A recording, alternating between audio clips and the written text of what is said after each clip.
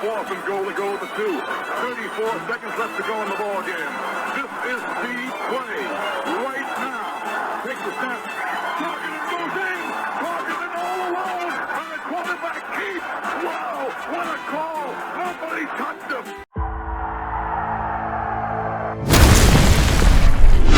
Here is Jeff, the host of the Gridiron.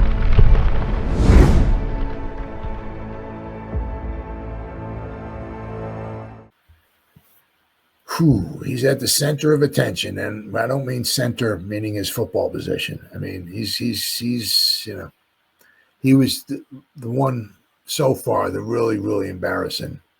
When Abdul Carter just threw him to the ground. It wasn't like he pushed and Schmitz just fell backwards or fell off to the side. I mean he was like pretty much, I can remember, like airborne, and he went back like, I don't know. I mean, it's just embarrassing, really embarrassing enough. Not to be fair to John Michael Schmitz, there's nothing to grab a hold of or anything like that, so it's not easy. But this is one thing that we got to worry a little bit about, and this is one of those things. You get those early picks and you hit on them. It's like great, but as I said, you take a center in the second round.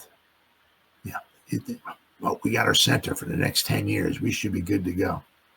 This is his third year. So usually what they say is the third year is about what they're going to be. That's about what, so we'll have to wait and see. Now, obviously his leadership ability and his intelligence and all that's there, right? But I mean, I can have leadership. I go in there and be a great leader to the team. I can, if I knew their schemes, I could be smart and all that stuff. Doesn't mean I can play. You know what I mean? So he's got his work cut out for him. Right. So I'll have to wait and see.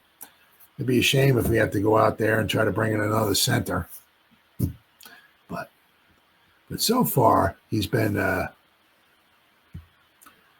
little embarrassing.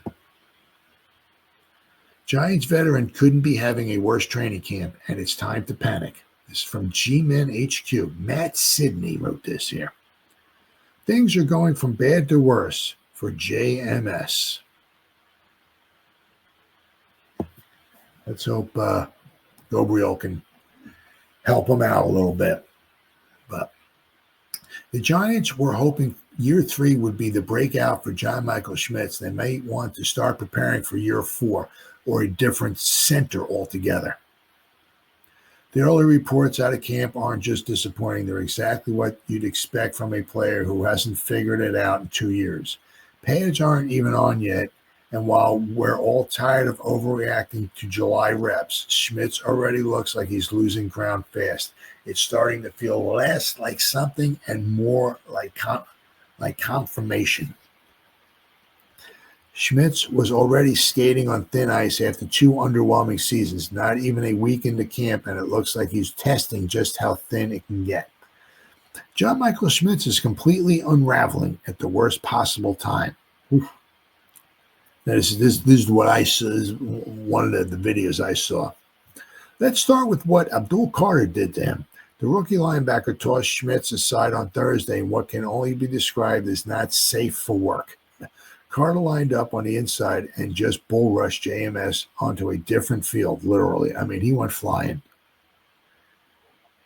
I mean, it was funny, but not funny when it's your starting center. And it was just, if it was me out there, it would really be funny.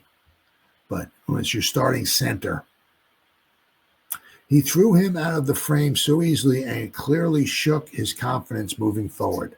The very next day, Schmitz reportedly had 3 errant snaps. He's had some snap issues as well. So I'm not sure if one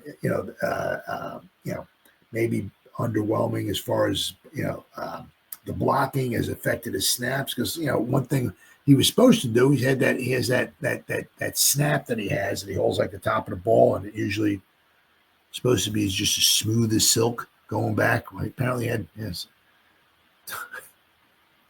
couple bad snaps though, and they brought that up to Dable.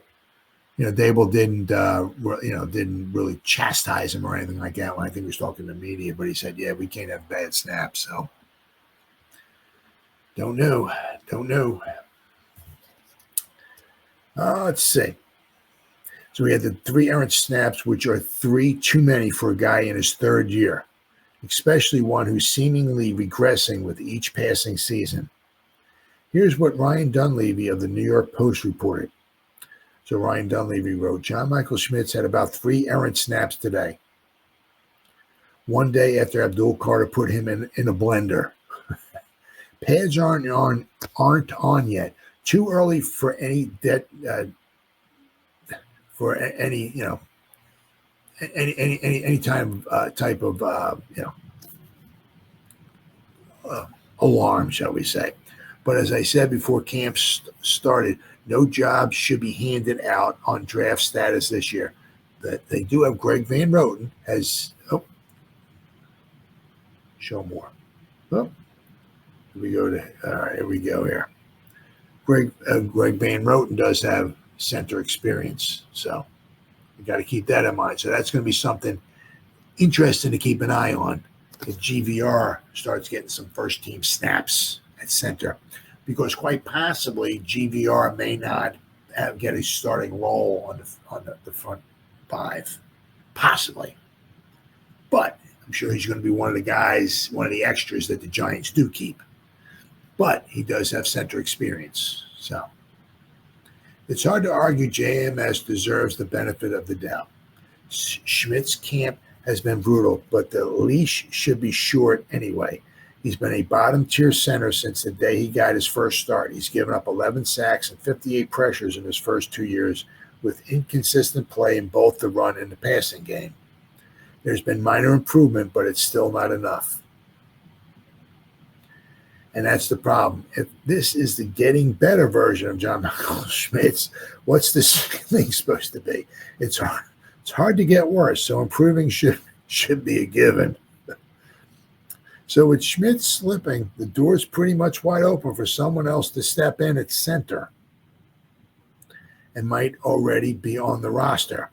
Greg Van Roten isn't flashy, but he's experienced, reliable, and already the most durable lineman the G-men have. Because let's not forget, he played every freaking snap last season for the Giants on offense. He's in a camp battle with Evan Neal. But if Neal locks down the job, GVR become the top challenger to Schmitz at center. If Neal doesn't win it, Van Roten likely sticks to guard. But the point remains, the veteran has positional flexibility while Schmitz is mounting issues. And also you got Schlappen. I believe he has center capability as well, too. So that's going to be something very interesting to keep an eye on. Just because we have, John Michael Schmitz obviously on the roster certainly does not mean he will be necessarily the starting center week 1. They'll have to keep an eye on it. Big Blue needed Schmitz to take a leap this year. Instead, it feels like more of the same, only there's a real fallback option. If Van Roten puts together a solid camp and Schmitz keeps not being able to snap the ball, this job won't be as much longer. And if these early camp signs hold, the Giants might need to start exploring other options fast. So it's going to be, something to keep an eye on.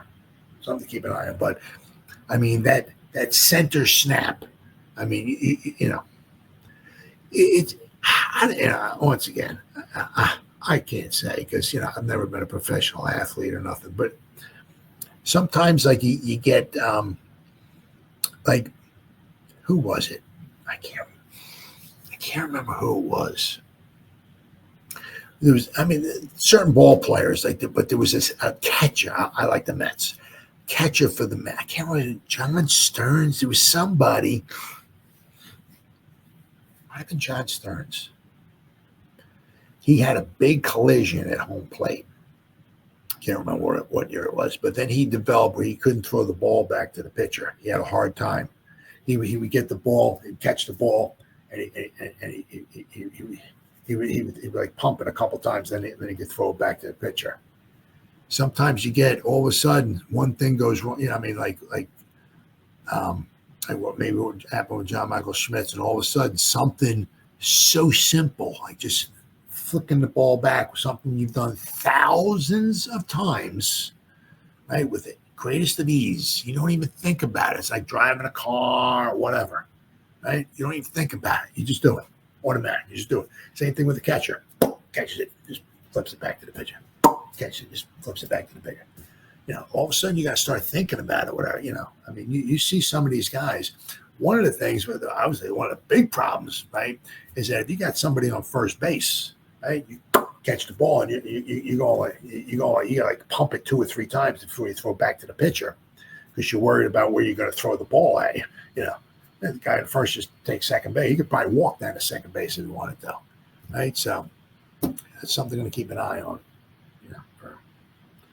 because I said that center snap should be real easy. But that was something that Dable, he didn't necessarily give me like a free pass when he was so I can't remember who asked him the question, but Dable did say, yeah, that's we can't be having bad snaps. I mean, and something like that,